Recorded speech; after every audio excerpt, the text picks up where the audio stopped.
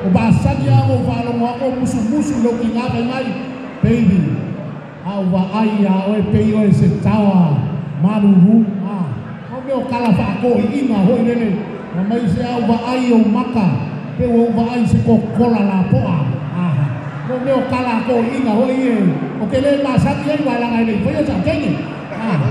au valong ako i se kengi lo kamao fai lo kinga baby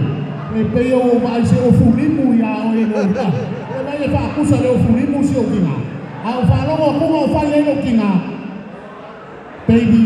au va ai o maka pe ya o yuta le fa lata o le mele tina le me po au anga ye ka ni komu ai se o le kamaloa o le mele o kamaloa wali utino ya ile anga sala o le mele tonu ana na ta wali utino tangata satani ya ile mele o kamaloa hey ama taulah Patele ni kan kamu boleh kau pangai kuah ai kumu maya saya ngusai mai lalu sekarang ai sawar kau pia ya boleh